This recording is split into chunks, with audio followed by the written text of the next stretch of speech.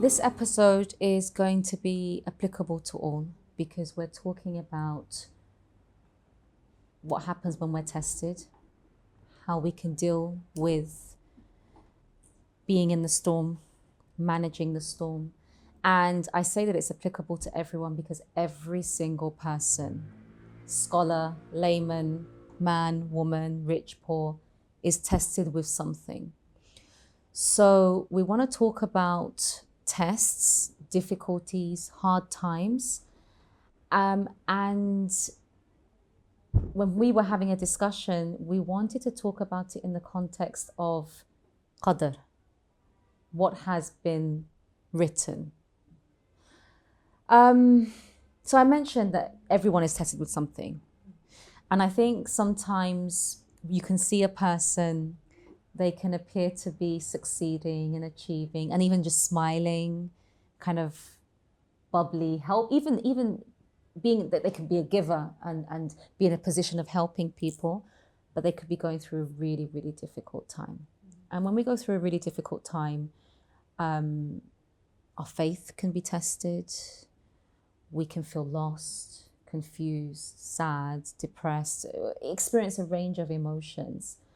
But I think when we're tested with something that just hits us from nowhere, it's not necessarily a test as a result of something that we've done. That's where the kind of battle with our faith or the trying to reconcile it with our faith and with what Allah wants for us comes in, right? What has your experience been, either with yourself or with loved ones or with women, in regards to them trying to kind of grapple with what Allah has written for them? It's been a range in terms of my observations of people and the people that I've worked with and interacted with. There's been the, okay, I'm going to hold on, there must be good, there must be wisdom. And then there's the, but why would he do this to me? So across the board and everything in between that. And to be honest, you know, it's easy for someone who isn't on the inside of that to judge someone in their response to a test. So it's easy to say, tawakkul ala Allah, like have trust in Allah. It's easy to kind of give the normal advice that we usually give, the recommended advice that we'd give. And it's another thing to be open to receiving that and in a place where you can actually receive that. Because sometimes when you're down on the ground and you're wondering, why is this happening to me? Tawakkul doesn't enter the equation, like trusting the very being who gave this to me. How I can't marry that in my mind, right? And it's so easy for us to judge someone like that, to say that they're this, whatever it may be. But when you're in the storm, when you're in the eye of the storm, that experience, it's different for every person. And to see that just because they're dealing with it this way, it doesn't mean I have a right to judge them and to write them off or whatever it is that we do because of how they're dealing with it. But I have seen a wide range of responses and just dealing with that. And I'm not going to say like it's easy. You know, when something has happened to you, maybe you've lost a person that you love dearly. Maybe it's the last member of your family that you have.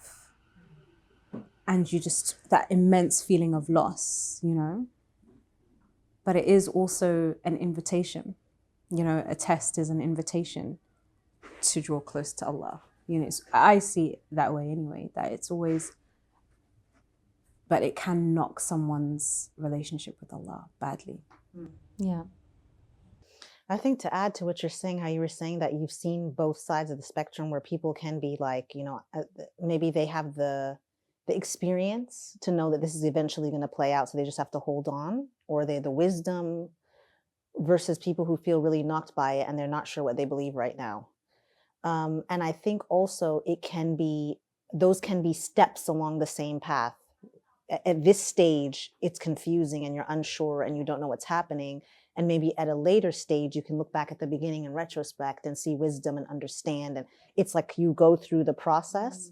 And I think, right, especially when people are like, it just hit when you're right in the beginning of it, it's completely normal for it to be confusing and messy and scary. And like, so these are steps. And I think a lot of times, like you're saying, we want to give that advice. We want to step in and be in a helping place, but you're not receptive at the beginning. You're not trying to hear advice.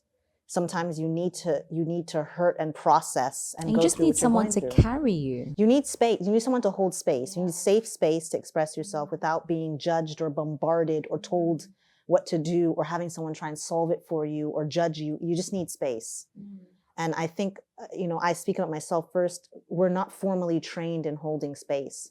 So even if we mean well as family members or close friends, we may be making more of a mess than being helpful sometimes, even if that's... Inherently, we want to fix. We want to fix. It's hard to watch someone else hurt. It's hard to be in the presence of hurt. It's hard to hurt, so you want to step in and just stop the pain for someone else, but they have to do it in their own time. Definitely. Coming back to what you said about the spectrum and everything that's kind of, the two ends of the spectrum and everything that's in between.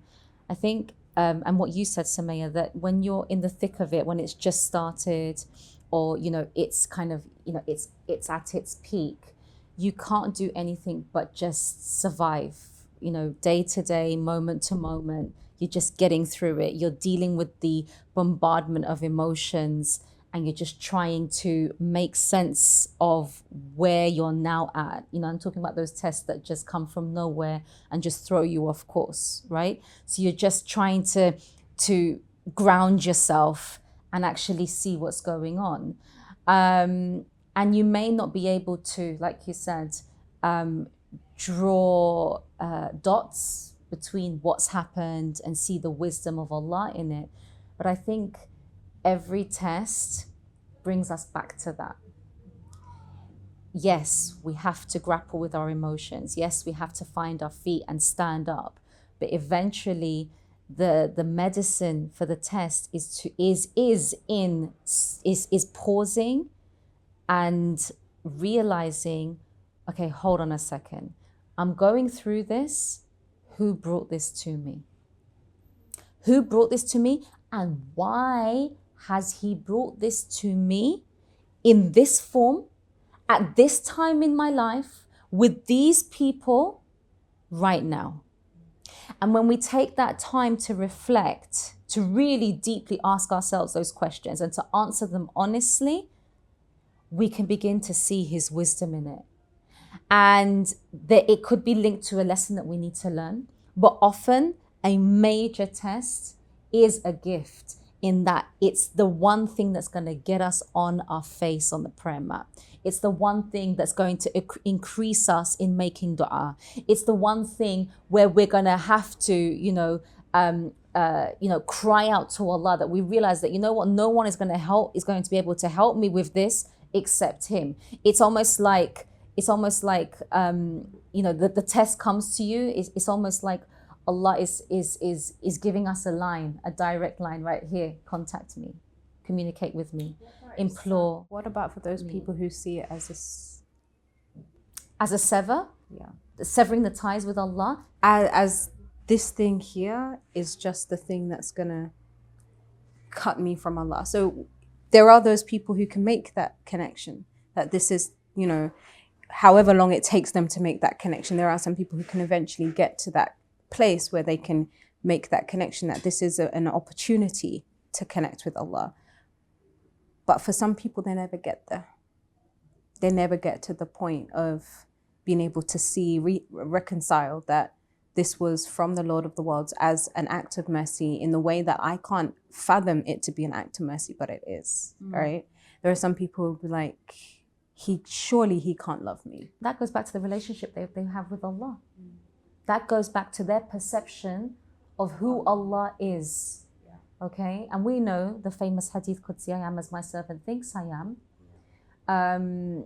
How you perceive Allah in the context of this test is how you are going to find him to be, right? That's how you're going to perceive him. That's all that you're going to see. So if you perceive this test to be an act of a punishment, or that you're not worthy, or that you're too laden with sin, and that's why you're being kind of thrown into the fire in the dunya, subhanAllah, you're actually making your life even more difficult. You're struggling with the test as it is, and now you're carrying the burden of being a lowly a servant who is despised almost in the sight of Allah. That's a heavy, heavy burden, right? So can you imagine? You're now carrying two different burdens with you. So I think it goes back to one's relationship with Allah. If you perceive Allah to be kind, to be wise, to be merciful, to be compassionate, to be loving, and you perceive the test that he has brought to you at this specific time, at this specific place, with these specific people, in this specific form, through that lens, then you will be able to see it. The reason why people are unable to see it is because of their perception of Allah. And we know the importance of having husnul dhan billah, good thoughts of Allah. It's everything. It's everything. And in fact, good thoughts of Allah is the very thing that gets us through this dunya. We are all struggling with something, right? We're all struggling with something. It could be health, it could be wealth, it could be loss, it could be marital problems, it could be anything. The only thing that gets us through on a day-to-day basis is what? Is knowing that, you know what? I have a Lord who loves me. I have a Lord that created me. I didn't exist before, and he brought me into this dunya with a purpose. I have a purpose to fulfill, that he's with me, that he's nurturing me, he's guiding me, that whatever he brings to me, I know there's good in it, even though my limited human perception cannot perceive it. Right? When you talk about perception, I'm just thinking about, like, in the Quran, when we talk about the stories of the prophets, or the stories in the Quran in general, it's always some difficulty and overcoming adversity over and over and over again. And I know we're supposed to look to them for guidance, and we're supposed to, like, study the stories in a way where we reflect and apply it to our lives. But in reality, like, do we look at the emotional, like how hard these things were to go through in a real way, that if we went through them, like, we watch their whole journey from start to finish. Everything is fine. Everything falls apart. Allah Azza wa Jal fixes everything all over again. And this theme repeats itself over and over again. So if we can, like you're saying, if we can get that idea in our heads, if we can perceive if we can just manage our perceptions throughout the whole thing, that's the game. Like, that's the game, perception management. Can we tell the story in our mind that this is not, Allah Azza wa Jalla is not trying to destroy me, to devastate me and, like, just knock me out. He's not trying to kill me with this. No. So it's going to turn me into someone else. It's change me into something else. Yeah. It's going to get me to where I'm supposed to go. But obviously in the middle of it, that's hard to see. But in retrospect, you can look back and say, I can see how this entire journey has brought me to where I was supposed to go. Yeah, I always liken it to, and I've said this in so many kind of talks that I've given, that, a seed has to break in order for the shoot to emerge. The woman's body has to break in order for her to bring life into the world. Any type of growth and life, any type of good has to always, it's a pattern of life, comes from a breaking process. Us and our lives and our tests are no different. The growth and the beauty of ourselves will come from the tests. And like you said, we can see that from the prophets. We can see that from the Sahaba. Their characters emerged. Their purpose was realized after what? After being broken, right? And I think, sometimes we go through a test and we wonder, when is it going to end? When am I going to when am I going to be sent the solution? When am I going to experience the ease? When is this just going to go, right? And I really, truly believe that it is in perceiving Allah in a certain way and really internalizing the true meaning of qadr that will help you until that ease arrives, that will help you manage it. It's almost like test management. Test management is in internalizing the true meaning of qadr and really accepting that, you know what, this is good from Allah. Because the moment that we turn to Allah and we say, you know what, I'm struggling with this, it's hard, I'm crying every day, I don't know what's happening, I'm confused, Ya Rabbi, but I trust in you. I'm going to trust in you, and I'm going to accept when and how you bring the solution and the ease to me. I lift it up to you. The moment we do that is the moment that we're able to, even though the solution and the ease or the cure hasn't arrived, we're able to sail through it in a different way. But when we resist qadr, when we even question qadr, when we question what Allah has written for us, we resist it, we complain about it, what happens? We're not sailing through, we're struggling for breath. We have a choice. Really and truly, we have a choice. And this might seem like I'm being, I don't know, a bit firm and harsh. And it's not like I haven't been tested, I have. But I know from my experience that the times where I questioned, the times that I resisted, subhanAllah. It prolonged the agony. It prolonged the agony. The moment, Sumayah, the moment I submitted and I turned to Allah and I said, you know what? I leave it with you, and Allah, I trust you. I trust your timing. I trust the method. I trust why you gave this to me. It was like, even though the test was still there, I could still live. Something shifted. Definitely. There is something in tawakkul. You let go of whatever it was that you were holding on to, and you just... Because you don't realize what resistance feels like. Right. You don't even realize you're doing it until you stop. You don't realize, like, I was fighting this. You know, it's like the term that I love to use, free falling with tawakkul. Yeah. You don't know where it's going to end. You don't know where it's going to lead you. You know, when you're in that space, but when you allow yourself to free fall, knowing that, okay, he's got me. I don't know where this is going to go. I don't know when this is going to end, but I know that the Lord of the worlds is going to get me there safely, and we're going to arrive, and it's going to be okay. Then it's literally like that freedom, because you're not holding on to anything else. You're not holding on to whatever it is that is keeping you stuck. You can actually start to move. You can actually start to see the opportunity, right, to exit that. Exactly. And for the ease, you know that in the ma'al usri yusra, right? It's not like it came with it, but you can't see it because you're holding on to the resistance. You're holding on to whatever it is, the hurt, the anger, whatever it is that's holding you there.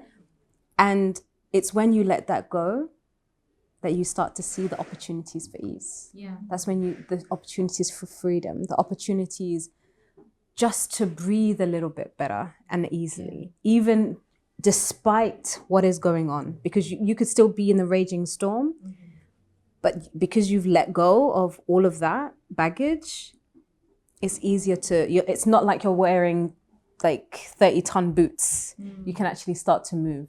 You know, a pattern I've seen, I don't know if you've seen this as well, is that the moment that you do that, that's when Allah brings the ease. That's when He brings the solution. Not long after that, subhanAllah. I've seen this with so many people, and I've seen this in my own life, that, you know what, I've fought, I've resisted, I've questioned, I've done all of this, and it's just, the test is ongoing and ongoing and ongoing. And then the moment I just lift it up to Him, and I say, you know what, Allah, take it, and I accept, the solution comes not long after. And you know, you know what it is? It's almost as though Allah wanted you to get you there. Allah wanted you to be humble enough to say, I trust you, Ya Rabbi.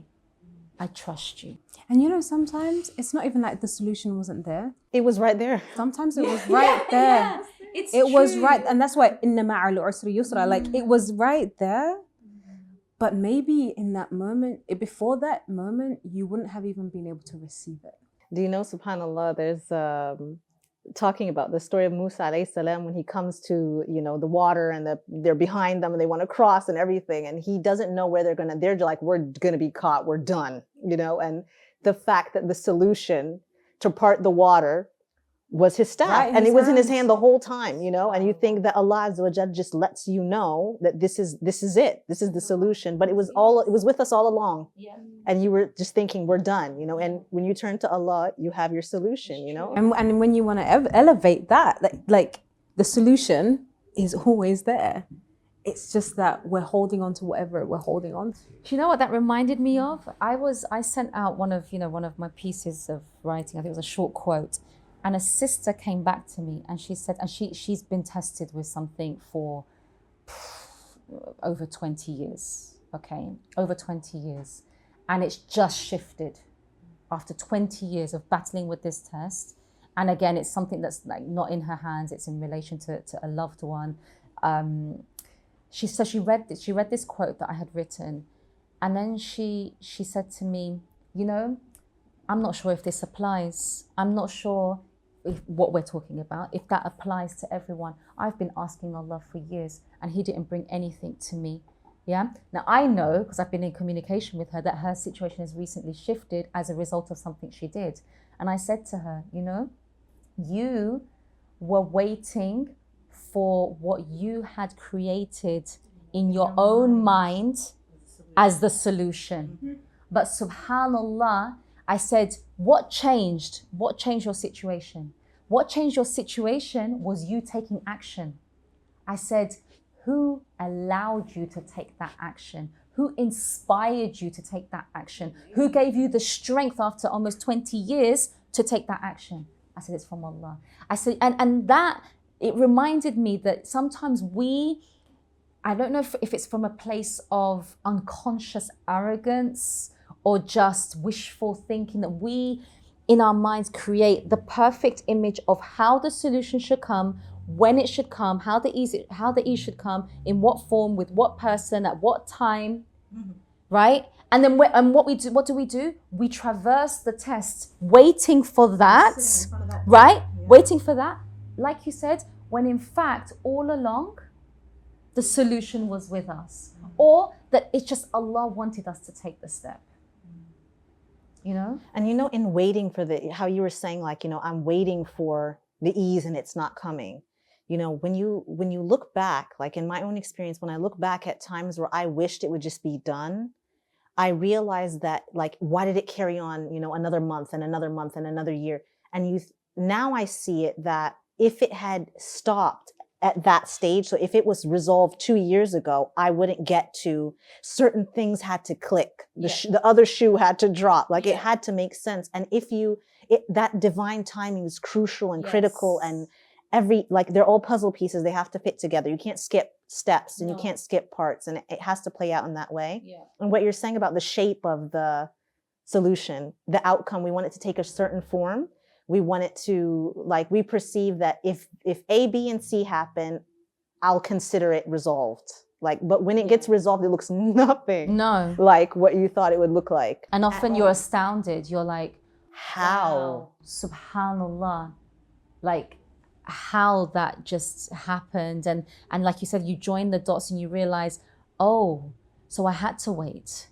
So this could be here. So this could be here, or I could meet that person, or that was supposed to come to me. And that's how the ease was going to arrive. The timing of Allah is always perfect. But sometimes, what you were saying in terms of deciding that there's a picture of what the ease looks like. Sometimes, like, Prophet Musa alayhi salam, he would never have thought the ease would be here. But the ease was already with him.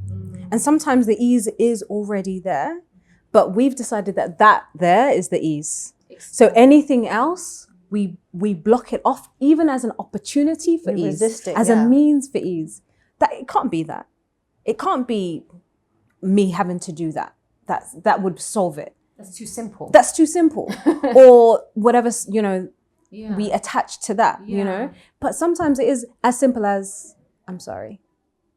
And Everything clicks. Often, You know? often it's as simple as I accept Allah. No, but you know, you like know? I'm talking about in like maybe in problems that we might have with someone, the ease there could just be as simple as I am sorry, you know. But we've decided that it must be they have to do this, You're not taking responsibility. Yeah. and then it'll be the ease in our External situation will be circumstances, will be resolved. But sometimes it is just as simple as something that is very different from what we have decided that ease must be. Yeah. Final thoughts. If speaking to the viewers who are going through a difficult test right now, what would you say to them in relation to this topic? Make dua for the best possible outcome in the most beautiful way, and try to not be so specific. Like, try not to be married to the outcome. Just ask for that goodness and just look out for it. And embrace the journey along the way, right? Yeah, I definitely wanted to mirror that in terms of embracing what you're asking for that might be delivered in a different way. It might not be what you're asking for specifically in the way you've asked, but it's coming and maybe it's already there, and look out for it. Yeah. I think for me, remember that you were created from sperm and an egg, and Allah gave you life and He brought you into this world. He willed for your existence. And subhanAllah, the fact that He brought you from that, remember that He can bring you out of whatever you're going through. He has the power to do everything. And every test is linked back to Him and your relationship with Him. So realize that whatever you're going through, though you may feel that the solution and the ease is external, leave that to Him. Leave that to Him to guide you to take the steps, and He will come running to you. The most important thing in the journey whilst you're tested is to return back to Him, is to strengthen your relationship with Him, is to renew your belief that He will only ever bring you good. And I think if you can do that whilst you're waiting for the ease to come, you will realize that the test was actually in fact a gift, because you have found a beautiful renewed relationship with your Lord.